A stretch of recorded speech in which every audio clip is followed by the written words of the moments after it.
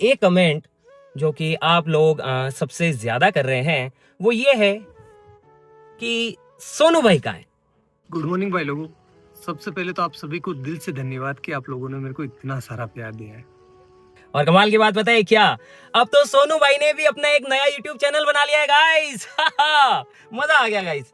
तो सबसे पहले तो सोनू भाई को उनके नए चैनल के लिए हार्दिक शुभकामनाएं, बहुत बहुत बहुत सारी बधाइयां। मैं सोशल मीडिया पे आऊंगा, मैंने कहा भाई बिल्कुल बढ़िया है, ऑल द बेस्ट, आप आओ।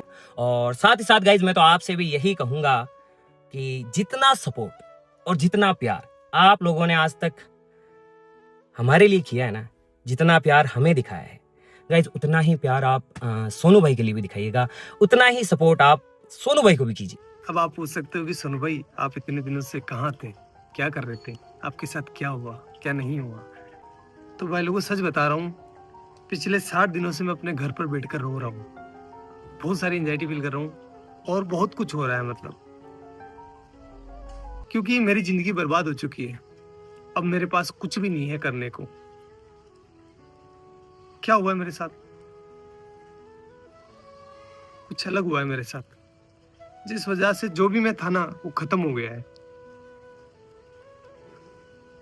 कैसे हुई है मेरी जिंदगी बर्बाद, ये जानना है आपको अगर, या फिर मेरे को मैं बताऊं कि मैं बता सकता हूँ आपको कि मेरी जिंदगी कैसे बर्बाद हुई है, तो उसके लिए मेरी जिंदगी जाननी पड़ेगी कि सोनू ने स्ट्रगल करके क्या अपने जीवन में हासिल किया था और उसके पास अब वो नहीं है। सोनू जिंदा रहने के लिए भी संघर्ष करा है सोनू भाई ने, जिंदा रहने के लिए। तो मैं बताता हूँ आपको कि मेरी जिंदगी कैसी थी, तब आपको भी समझ में आएगा कि मैंने क्या खोया है और मैं ऐसा क्यों सोच रहा हूँ कि मेरी जिंदगी बर्बाद हो गई है। और इस सब की शुरुआत होती है मेरे नाना जी के घर से, वहीं से शुरू करते हैं।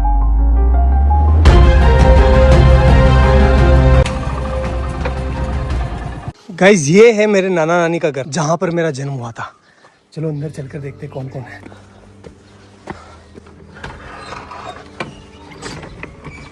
गाइस मामी है, मामी से बात करते हैं। जी मामी कैसे हो? बढ़िया, ठीक। क्या कर रहे हो? हाँ तैयार है, सब तैयार।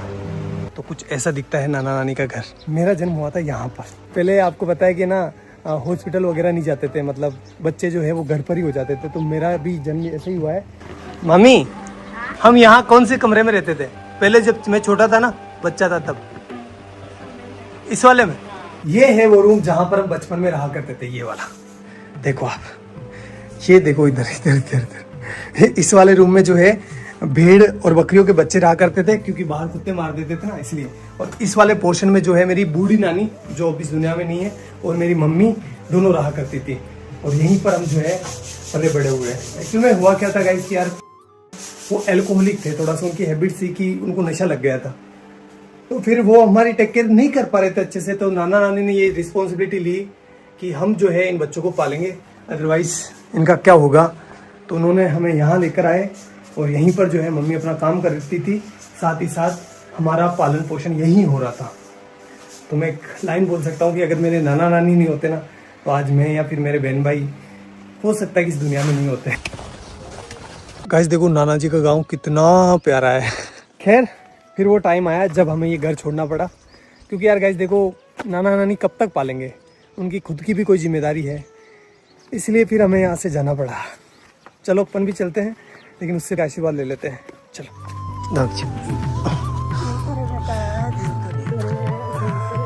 मेरी नानी है, आपको बाद में बताऊंगा इनके बारे में भी।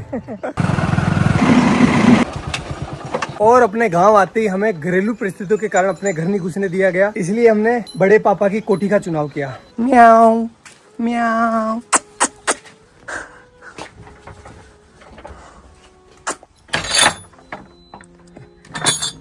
तो भाई लोगों ये है हमारी कोठी, जहां पर हम 2 साल रुके थे। तो अगर मैं अपने 2 हाथ फैलाऊं ना, इतना ही डिस्टेंस है, ज्यादा नहीं है, इतनी ही इसकी लंबाई है और इतनी ही इसकी चौड़ाई है। ये देखो, और हाइट आप देख सकते हो, बस इतना ही है। मेरी हाइट थोड़ी कम है, इस वजह से यहाँ पर जगह भी कम रह गई थी। केवल यहाँ पर एक छोटा सा मचान बिछाने के लिए जगह थी, और ऊपर से जो है बरसात का पानी टिपकता नहीं था, बरसात का पानी गिरता था, क्योंकि ये छत है ना थोड़ी नीचे है। और यहाँ पर आप देख सकते हो नीचे जो इसका फर्श है ना, फर्श वो बना हुआ था गोबर और मिट्टी का। इस वजह से यहाँ पर कभी कभी सांप आ जाया करते थे, अपने घर बना लिया करते थे। और भाई लोगों, इस घर में हमें जिंदा रखने की जिम्मेदारी आ गई हमारे मम्मी के कंधों पर। और इस वजह से पहले भी काम किया उन्होंने, लेकिन उन्होंने 10 रुपए मजदूरी में काम चालू कर दिया। 10 रुपए में से 5 रुपए के वो हमारे लिए चावल लेकर आती थी। मैं लेकर आया हूँ आपको बताने के लिए कि उस टाइम कितने चावल आते थे। इतने चावल आते थे 5 रुपए के। तो इन चावलों से वो हमारा पेट भरती थी, तीनों भाइयों का, तीनों बहन भाइयों का सॉरी। और खुद भूखी सो जाती थी कि मेरे बच्चों का पेट भर जाए, बस बहुत है, मैं तो निकालूंगी रात। और हम ना समझते उस टाइम, तो हम नहीं समझ पा रहे थे कि हमारी माँ जो है वो भूखी सो रही है। हम तो बस अपना पेट भरने का ध्यान दे रहे थे। लेकिन मेरी मम्मी जो है उस टाइम बिना कुछ खाए भूखी सो रही थी। एक जो कटोरी होती है आटे की, उसको संभाल के रख रही थी कि जब बुरा टाइम आएगा तो मैं अपने बच्चों को खिलाऊंगी। खुद कुछ नहीं खा रही थी, एक टाइम खाना खाती थी पूरे दिन में वो, और कंटिन्यूस काम कर रही थी वो।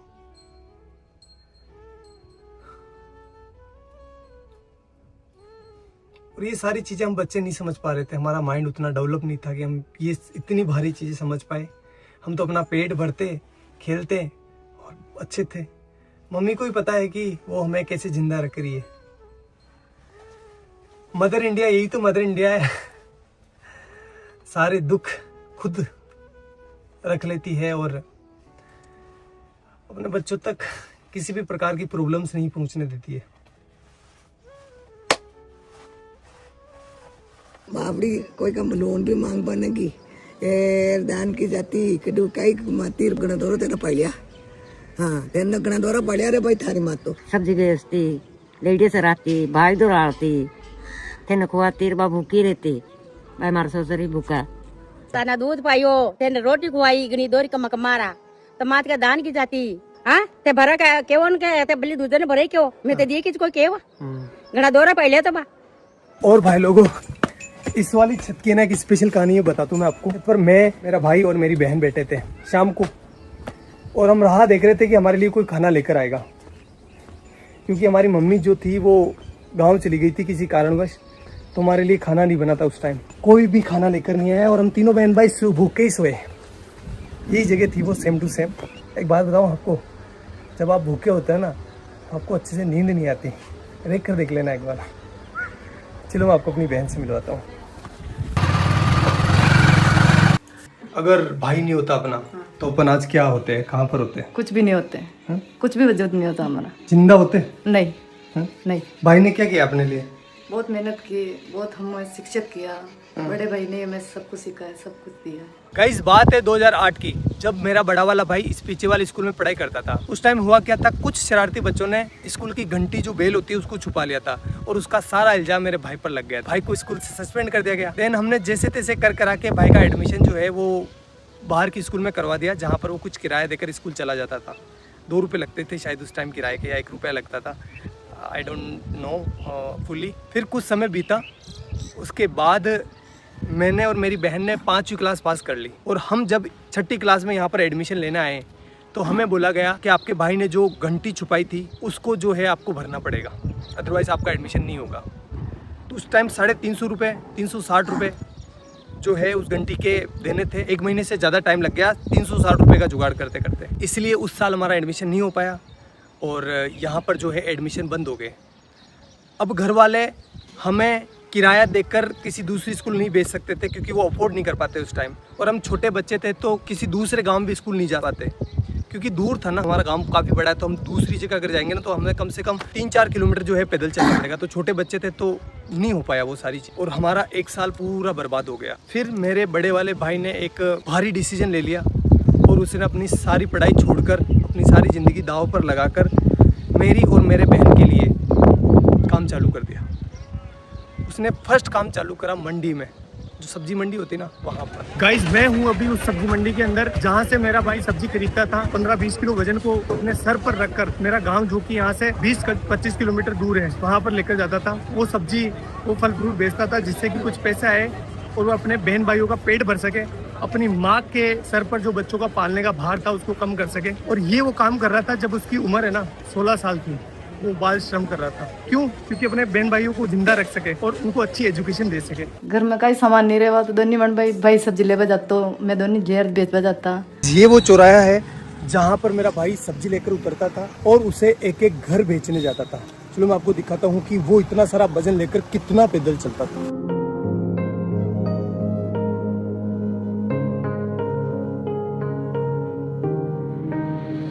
उस 20 किलो वजन को अपने सर पर रखकर इन घरों में घूम घूम कर सब्जियां बेचता था। इस काम में कुछ लोग पैसे नहीं देते थे, मतलब सब्जियां उधार ले लेते थे और फिर बोलते थे कल ले लेना, परसों ले लेना। भाई लोगों एक बार की बात है, सामने जो बाबूजी महाराज का मंदिर दिखाई दे रहा है ना, उनके बारे में ऐसा बताया गया, जो लड़के बैठे होते हैं ना चौराहे पर, बदमाश नहीं बदमोश उन्होंने ऐसा बोला कि मेला है बाबूजी महाराज का, तो इस दिन इस डेट को बाबूजी महाराज का मेला है, तो तुम अपनी सब्जियां और फल फ्रूट लेकर आ जाना यहाँ पर। तो हमने सोचा अच्छा है कि हमारा जो है फल फ्रूट बिक जाएगा और हमारा कुछ बेनिफिट हो जाएगा। हम आए तीनों बहन भाई, तो यहाँ पर आकर देखा तो कोई मिला नहीं था और उन्होंने थोड़े से हमसे फल फ्रूट ले लिए और हमको डरा धमका के भगा दिया।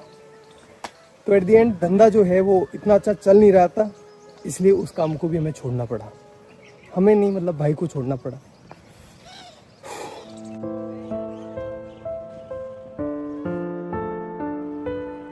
और गाइस फिर मेरे भाई ने खिलौनों की दुकान पर काम चालू कर दिया, जहां पर उनकी सैलरी थी 50 रुपए पर डे, यानी 1500 रुपए पर मंथ।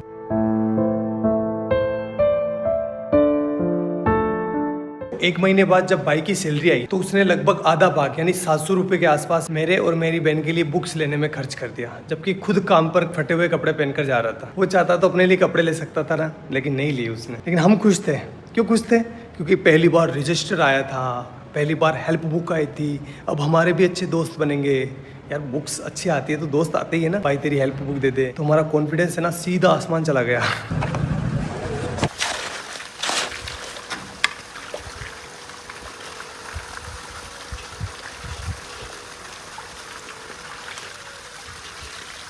भाई लोगों अब मेरी बारी थी, जो भी मैंने लिया है ना उसको वापस रिटर्न करने की, इसलिए मैं काम करने लग गया। साथ ही साथ अब बड़ा हो गया था, इसलिए मैं अजमेर वाली स्कूल में जाने लगा बस से, और वो भी साइंस बायो पढ़ने। तो बताता हूँ मैं आपको ये मैंने कैसे किया।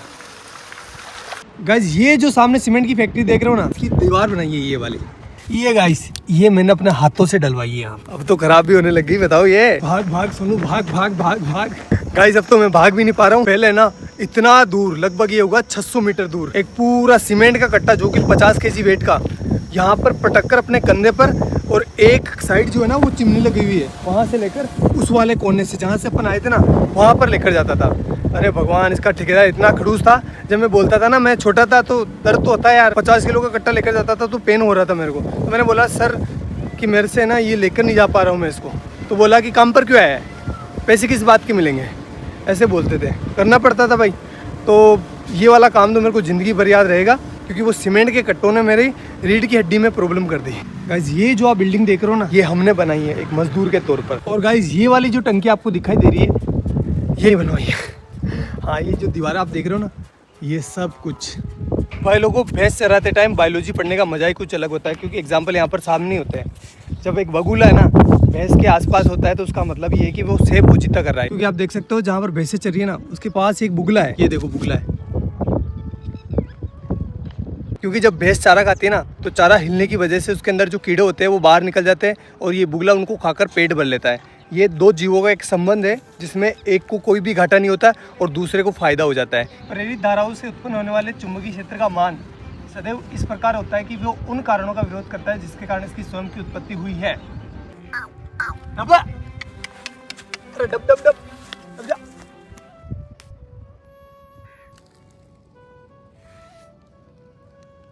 अब भाई लोगों, अब रिजल्ट का टाइम, लेकिन वो मैं यहाँ नहीं बताऊंगा, मैं बताऊंगा उस वाले पहाड़ के ऊपर।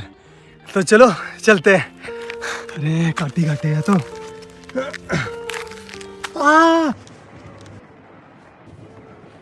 अब भाई लोगों मेरा आ गया 12th का रिजल्ट।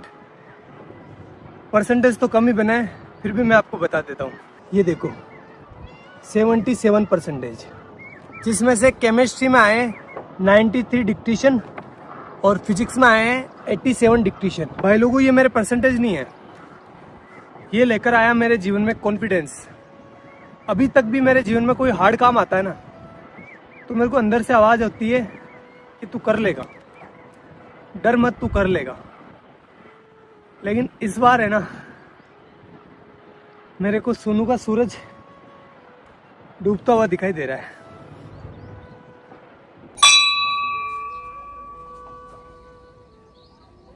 भाई लोगों, अब मैं टीचर बन चुका था। चलो क्लास लेकर आते हैं। हाइजेनबर्ग का अनसर्टेनिटी प्रिंसिपल, इसके बारे में अपन बात करने वाले हैं। ठीक है, चलो बताओ कहाँ पर जाकर मिलेगा। कि जब एक मार्कर मेरे हाथ से निकला ना, तो ऑटोमेटिकली आपकी नजर जो है मार्कर के ऊपर होती हुई आपको पता चल गया कि मार्कर कहाँ जा रहा है। इसकी पोजीशन पहले ये कहाँ पर है वो पता है, और इसकी स्पीड पता है, और ये किस डायरेक्शन में जा रहा है पता है, तो अपन इसका पाथ डिसाइड कर सकते हैं। एक इलेक्ट्रॉन को ये वरदान दिया है, भगवान ने ऐसा हाथ रखा, जा बेटा जा, इस दुनिया में जा, और तेरी है ना कोई इंसान एक टाइम पर ना तो तेरी पोजीशन मतलब दोनों का एक साथ पता नहीं कर सकता। फिर ऐसे करते करते मैं टीचर बन गया, और मेरे पास बहुत काम था। 3-4 कोचिंग ऑफलाइन जाता था, 1-2 ऑनलाइन थी, मतलब मस्त। और जो भी चीज़ें मैंने अपने परिवार के लिए सोची थी, भाई के लिए, मम्मी के लिए, वो मैं कर रहा था अच्छे से, कोई दिक्कत नहीं थी। उसी टाइम मेरे पास आया भैया का कॉल सीधा टीम से भैया का कॉल। इतना खुश हो गया था मैं यार, भैया का, इतने बड़े आदमी का कॉल डायरेक्ट आया था मेरे पास। तो फिर भैया का कॉल आया और भैया ने बोला मेरे को, सोनू यार हमारे यहाँ पर है ना एक साइंस की लड़के की डिमांड है, तो तू आ सकता है क्या? मैंने बोला ठीक है भैया, मैं कर लूँगा, कोई दिक्कत नहीं है। तो फिर मैंने वहाँ पर मतलब ऑफिस में पार्ट टाइम जॉब चालू कर दिया। 2-3 घंटे के लिए जाता था, केमिस्ट्री से रिलेटेड और फिजिक्स से रिलेटेड, मतलब ऑल ओवर साइंस का काम मैं संभालने लगा। और ऐसे करते करते करते करते 2 महीने निकले। 2 महीने के बाद भैया ने आगे से बोला मेरे को कि सोनू तो ऐसा कर, फुल डे ज्वाइन कर ले, सारा दिन काम कर, और पॉसिबल है तो कर ले। घर वालों से बात करी, घर वालों ने, मेरे बड़े वाले भाई से मैंने पूछा तो उसने कहा कि यार देख तू ज्वाइन कर ले, कोई दिक्कत नहीं, अपने ही काम के तो कोई प्रॉब्लम नहीं होगी। मैंने कहा ठीक है कर लेता हूँ, इसमें क्या दिक्कत है, आपने बोल दिया तो वो सब आपसे आगे क्या है, कोई नहीं, कुछ नहीं है। ऐसा करके मैंने टीम को ज्वाइन कर लिया, और फिर मेरा अच्छा शानदार टाइम आया। मैं बहुत अच्छा काम कर रहा था सभी चीज़ों में। मतलब पहले मैं साइंस से जुड़ा था, लेकिन अब मैं जो है ना वीडियो का एडिशन हो गया, और भी बहुत सारी चीज़ें हो गई। कैमरा के पीछे बहुत सारी चीज़ें चलती है ना, मतलब पत्थर उठाना खड्डे खोदना, सारे काम जो भी हो सकता है सब कुछ कर रहा था। Everything I can do, I do that. Best चल रहा था, कोई प्रॉब्लम नहीं थी, अच्छी चीज़ें हो रही थी, शानदार, हर एक चीज़ में शानदार एफर्ट लगा रहा था।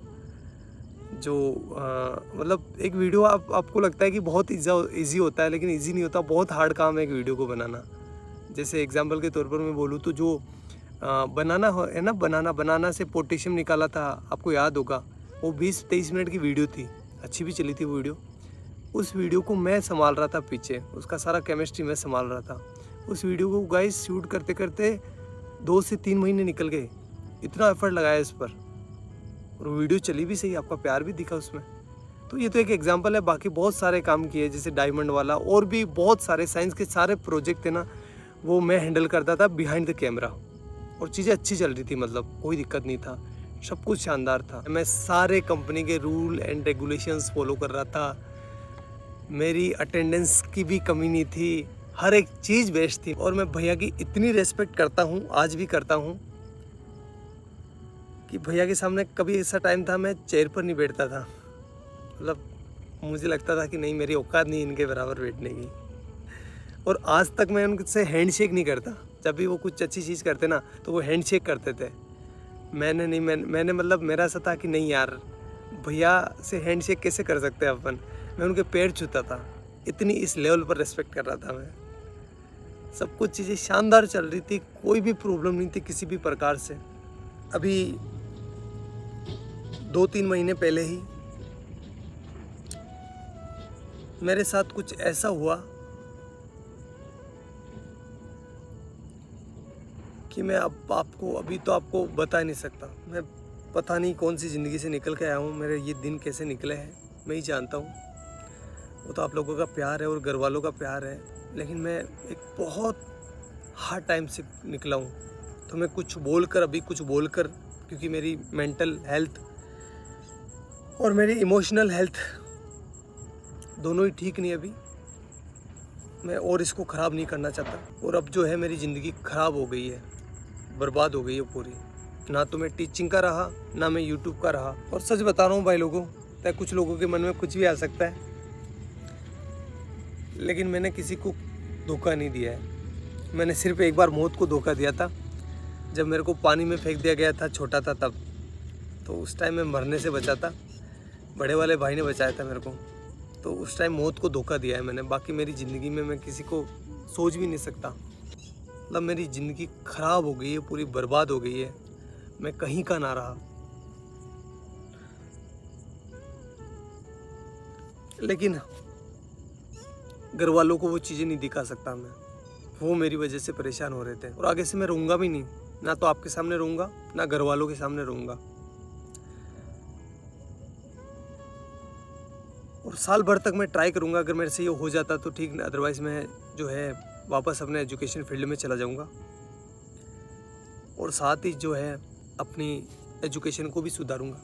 और साथ ही ये करके देखना पड़ेगा, सिचुएशन ऐसी हो गई है कि मेरे को करना पड़ेगा, क्योंकि मैं क्या करूँगा। और आगे आने वाले टाइम में बताऊँगा मैं आपको कि मेरे साथ क्या हुआ है, लेकिन अभी मेरे को माफ़ करना, मैं नहीं बता सकता। मैं वापस वो डार्क टाइम नहीं देखना चाहता। आगे जाकर बताऊँगा, मैं पक्का बताऊँगा, लेकिन अभी नहीं। हाथ जोड़कर रिक्वेस्ट है। मैं बंदे से मिला हूँ, ठीक है। उसकी वीडियो मैंने नहीं बनाई क्योंकि बंदा अगला बहुत डिप्रेशन में था, बहुत ज़्यादा। यहाँ देखो, एक दोस्त होता है, हर चीज़। अब मैं केवल वीडियो के लिए वहाँ जाके इससे पूछने के लिए वीडियो बनाऊँ तो वो कहीं ना कहीं अच्छी नहीं होती है। तो मैंने बात करी, हम काफ़ी देर बैठे, सारी चीज़ें बात हुई, सब कुछ हुआ। उन्होंने बोला भाई मैं भी डिप्रेशन में हूँ। बाकी जो ऑडियंस है उनका बहुत सारा प्यार है, तो मैं उनके लिए काम करूँगा और मैं सोशल मीडिया पे आऊँगा। मैंने कहा भाई बिल्कुल बढ़िया है, ऑल द बेस्ट, आप आओ। और जैसे भी अगर किसी भी चीज़ की मदद की या कैसे भाईचारे से या कुछ भी आपको ज़रूरत हो तो भाई आपके लिए बाबा भाई खड़ा है, ठीक है भाई। तो फाइनली आज सोनू भाई की वीडियो आ चुकी है और आप लोगों का बहुत अच्छा प्यार भी है भाई। अब पीछे के गाने अभी तक मुझे भी पता ही नहीं है भाई। जैसे वीडियो में बोला कि यार आने वाले टाइम में मैं आप लोगों से शेयर करूंगा, मैंने भी पूछा भाई, जबकि हम बहुत अच्छे दोस्त थे, फिर भी सोनू भाई ने मेरे से भी शेयर नहीं करी। मैंने पूछा कि भाई क्या बात हुई, क्यों आए, क्या हुआ, क्या नहीं हुआ। बोला कि आप अभी रुको, कुछ टाइम रुको, उसके बाद मैं सबको मेरे मुंह से बताऊंगा। मैं आपको बताऊंगा, आप बोलोगे तो हो सकता है कि कुछ लोग बोल दे कि यार बाबा भाई अपनी तरफ से कुछ बोल रहे हैं, तो यार कि ये चीज़ मैं अपने मुंह से ही सभी को बताऊंगा, तो बहुत बढ़िया बात है। उस दिन का वेट करेंगे कि सोनू भाई आखिर क्यों आए, क्या हुआ, क्या नहीं हुआ। सोनू भाई ही बता पाएंगे उस चीज़ को कि कैसे क्या चीज़ें रही नहीं रही, जो भी है भाई, तो भाई बताएंगे, उसका वेट करते हैं। बाकी आज मुझे खुशी है कि यार आप लोगों का बहुत अच्छा प्यार है। अभी भाई वीडियो को गए हुए कितने 10 घंटे के अंदर भाई, ये बाहर तो दिखा रहा है, अभी 10 घंटों के अंदर बाहर दिखा रहा है कि कितनी गई, 57 व्यूज। और अंदर भाई हम भाई तो अंदर का मुझे पता है ये कम से कम 2.5 लाख पार हो गई भाई, 2.5 लाख 10 घंटों में। और इस पे लाइक है भाई, लाइक कहाँ गए भाई, 21,000 लाइक है और 20,000 सब्सक्राइबर हो गए भाई। बहुत अच्छी चीज़ है भाई, आप लोगों का बहुत अच्छा प्यार है। और सोनू भाई की भी यार स्थिति आपको पता होगी कैसे क्या है। देखो सच दुनिया के सामने आना चाहिए, सच जितना छुपेगा आप लोग हमेशा कंफ्यूज रहेंगे कि यार सच पता नहीं क्या है क्या नहीं है। एक टाइम में मुझे भी ये मानते थे कि लोग, जैसे कि हाँ भाई लोग, आप ये मानते थे कि वाह भाई बहुत रईस है, कारों में घूमता है, हवाई जहाज में घूमता है, हेलीकॉप्टर में घूमता है। बाकी मेरी स्थिति दिखाई थी भाई कि मैं भी ऐसे नहीं, आज भी नॉर्मल है। साल भर से काम कर रहा हूँ, संघर्ष कर रहा हूँ, फिर भी धीरे धीरे नीचे गाड़ी आती जा रही है। पता नहीं, समझ में नहीं आता कि काम करे ना करे। 3-4 भाई भी साथ में, यार उनकी भी फैमिली के लिए सोचना पड़ता है, मेरे लिए भी सोचना पड़ता है, वीडियो में खर्चा भी लगता है, सब कुछ देखना पड़ता है। तो कहीं ना कहीं डिप्रेशन में आ जाता है इंसान। बाकी आज खुशी के लिए बस मैं एक वीडियो बना रहा हूँ भाई। आप मुझसे पूछते रहते भाई सोनू भाई कहाँ है, तो भाई लोगों फाइनली सोनू भाई ने खुद ने जवाब दे दिया है। और इसका पीछे का रीजन है भाई तो सोनू भाई बता देंगे। और हाँ, इस वीडियो को जितना शेयर होगा, जितना लाइक होगा, जितना कमेंट होगा, उतने मतलब कि कम टाइम में सोनू भाई और हमारा एक मीटअप होने वाला है। हम दोनों बैठेंगे, बात करेंगे और उसी जैसा पे बात करेंगे। तो ये आपसे वादा है, जल्दी हमारा मीटअप होने वाला है दोनों भाई का, तो करते हैं मीटअप। और जो भी बात होती है सोनू भाई अपनी जबान से बताएंगे भाई कि क्या है क्या नहीं है, वो चीज़ें वही बताएंगे। तो ये 3-4 चीज़ें मैंने बार बार रिपीट कर दी भाई, तो सोनू भाई उनके मुंह से बताएंगे। तो ऐसा करना है, इस वीडियो को दबा के शेयर कर देना, कमेंट कर देना और चैनल को सब्सक्राइब कर देना और इस वीडियो को पहुँचा देना भाई बिल्कुल दबा के। और फिर सोनू भाई अगर ये शेयर नहीं हुई वीडियो, अच्छे लाइक नहीं आए, अच्छे व्यू नहीं आए, अच्छे कमेंट नहीं आए, तो भाई उसके लिए फिर आपको रुकना पड़ेगा मीटअप के लिए। हमारा मीटअप होगा, बहुत बढ़िया मीटअप होगा, सारी बातें क्लियर करेंगे। तो फटाफट से ऐसा करते हैं, इस वीडियो को आप शेयर कर दो। तो अभी के लिए भाई टाटा बाय बाय। मैं तो अभी कमेंट पढ़ रहा हूँ आप लोगों के बहुत सारे, और कल देखते कल अभी भाई बंद करते बहुत है। आज के लिए खुशखबरी है, बहुत बढ़िया भाई, चिल बाबा चिल। और साथ ही साथ गाइस एक और कमेंट आ रहा था, गौरव भाई का है, गौरव मोटा, वेयर इज गौरव। तो चलो उससे भी मैं आपको मिलाता हूँ। और मुझे पता है कि अभी गौरव कहाँ होगा, ठूस रहा होगा मोटा जरूर कहीं ना कहीं। चलो गाइस चलते हैं गौरव के पास और गौरव से आपको मिलवाता हूँ। Let's go.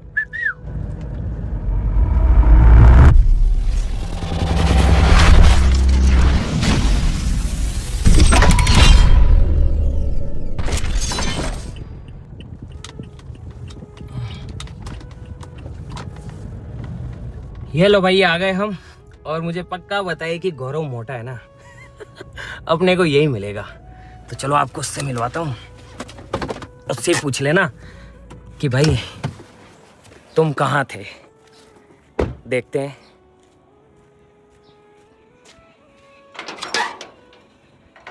मिल गया मोटा। मैंने कहा था ना गाइस, मैंने कहा था ना कि वो कहीं ना कहीं ठूस रहा होगा। बाहर कैसे बैठा रे, ये देखो ये देखो ये देखो, मजे देख, जीप मत फेरियो, जीप मत फेरियो, जीप मत फेरियो। ये देखो भाई, ये देखो इसके ठाट देखो, टेबल लगा रखी है, आराम से छाछ भाई, सलाद, दाल। अबे 2 रोटी से क्या होगा तेरा? ये तो अभी आई है, अभी और बन रही है। आप भी खा लो। नहीं नहीं तुम खाओ, मैंने आप लोग खा लो। और सुन, कब से लोग पूछ रहे गौरव भाई कहाँ हो भाई तुम? मैं तो खाना खाने में बिजी हूँ। और जब भी मैं वीडियो बनाता हूँ तू दिखता क्यों नहीं है? क्योंकि मैं जब आप ये वीडियो उस टाइम बनाते जिस टाइम मैं खाना खा रहा होता हूँ भाई। ये देखो अभी भी खाना खा रहा है। खाना खा के वापस जाता हूँ, तब तक वीडियो खत्म हो जाती है। मेरी क्या गलती है? बताओ गाइस, अब मेरी क्या गलती है? हाँ नहीं तो मेरी गलती है, बता। तो मैं खाना खाना छोड़ दूँ? हाँ भाई रुक, मैं तेरे लिए रोटी लेके आता हूँ, मैं लेके आऊँ, बोल रहा हूँ। नहीं मैं आ जाएगी, खुद आ जाएगी। तो भाई लोगों ये रहा मोटा मोटा। और देखो गाइस कितना वजन बढ़ा लिया रे तूने। मैंने यार, कुछ बातें बता दे चल गाइस। अगर तू बताएगा ना तो फिर तुझे कम करना पड़ेगा। अच्छा तो मेरा चलो गाइस इसको चैलेंज देते हैं कि वजन कम करे ये। गाइस बोलो ना यार इसको, खड़ा हो बे घंटे, खड़ा हो। ये देखो भाई तुम, ये देखो। अब बताओ इसको वजन कम करना चाहिए नहीं करना चाहिए जियान को? है बे कितना वजन हो गया?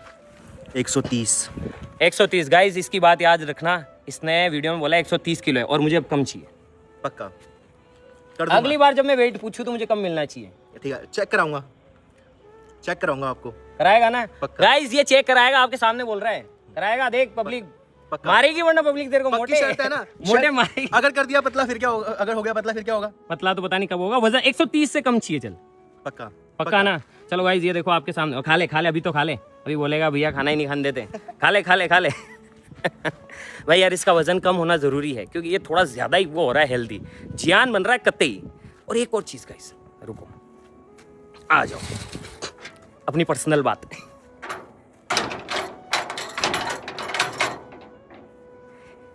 एक और कमेंट जो कि भाई इतना ज्यादा आ रहा है हर वीडियो के अंदर ही। कोई भी ऐसी वीडियो नहीं है जिसके अंदर आप लोग ये कमेंट नहीं कर रहे हो, और जो भी ये कमेंट करता है पता नहीं उसी कमेंट के ऊपर इतने लाइक आते हैं। और वो कमेंट है, राहुल भाई को कब लाओगे? सही बात है यार गाइस, एक कमीना शरारती बंदा है ना टीम में होना जरूरी है। एक ऐसा दोस्त जो आपसे लड़े झगड़े उल्टे सीधे काम करे, और वो कमीना है राहुल। तो गाइस आप लोग बताओ, अब ले आते हैं यार, बहुत दिन हो गए भाई उसको कजाकिस्तान के अंदर। सीख गया यार सबक, पनिशमेंट मिल गई उसको। मेरे को तो उसकी याद आ रही है भाई। मेरे को क्या, बाकी टीम वालों को भी याद आती है, क्योंकि कोई छेड़ने वाला ही नहीं होता है ना, तो बोरिंग हो जाती है सारी चीजें। तो आप लोग कमेंट करो। चलो ठीक है गाइस, लेट्स डू इट। अगर आप लोग कमेंट करोगे कि राहुल को लेके आओ, बहुत दिन हो गया यार, कर देना, मैं खुद कह रहा हूँ कर देना। तो अगर आप कमेंट करोगे ना कि राहुल को लेके आओ, पक्का उसको लेके आएंगे। तो नीचे कमेंट करना। हाँ तू बोल ले पहले ही, तू बोल ले। नहीं तू बोल ले। ये भी कह रही है कि राहुल को लेके आओ। अरे इसके अंदर एक ऑटोमेटिक सिस्टम है यार जो कि बोलता रहता है। तो अगर आप लोग कमेंट करेंगे कि राहुल को वापस लाओ, ले आएंगे। करो चलो कमेंट, देखते हैं कि कितनों को इस कमीने की अब याद आने लगी है। चलो भाई लोगों, तो ये ज्यादातर जो कमेंट्स थे जो कि अभी आ रहे थे, जिनका कि मैंने आपको जवाब दिया। तो बस राहुल के लिए अब कमेंट करो यार, बुलाओ उसको यार, मारूंगा उसको मैं। अरे यार हमने स्विमिंग पूल बनाया है गाइस, नया पूल बन रहा है, उसको तो भाई पता भी नहीं होगा, उसको कोई आइडिया नहीं होगा कि नया पूल बन रहा है। तो नया पूल, क्रिकेट स्टेडियम, जरूरत तो है यार, जरूरत तो है राहुल की। चलो भाई लोगों, कमेंट करना, आप लोग कमेंट करोगे तो राहुल को ले आएंगे। तो आज के लिए बस इतना ही। जय हिंद, जय भारत। मौसम देखो, मैं आज कोई वीडियो नहीं बनाऊंगा अब, क्योंकि मौसम इतना प्यारा हो रहा है ना। मैं जाऊंगा अब घूमने। यार कभी कभी मेरा मन करता है छुट्टी लेने का यार। आज ले रहा हूं, आज जा रहा हूं घूमने पहाड़ों की चोटी पे आज, लेकिन उसकी वीडियो नहीं बनाऊंगा, आज ऐसे ही जाऊंगा। जय हिंद, जय Bharat guys, love you so much. मुंह थाना प्यार करूँ छू। और हाँ यार, एक और कमेंट आता है कि किसी दिन मारवाड़ी में वीडियो बनाओ, लेकिन यार क्या करें, हमारे क्या व्यूअर्स बहुत अलग डाइवर्स है ना, यहाँ वहाँ पता नहीं कहाँ से लोग देखते हैं, तो उनको मारवाड़ी समझ नहीं आएगी। लेकिन हाँ बीच बीच में डायलॉग मार करूँ, ताकि थे भी राजी रहो और मुँह भी राजी रहूं, है ना। बीच बीच में मारवाड़ी चिपकाइए मुँह। चलो भाई लोगों, जय हिंद, जय भारत।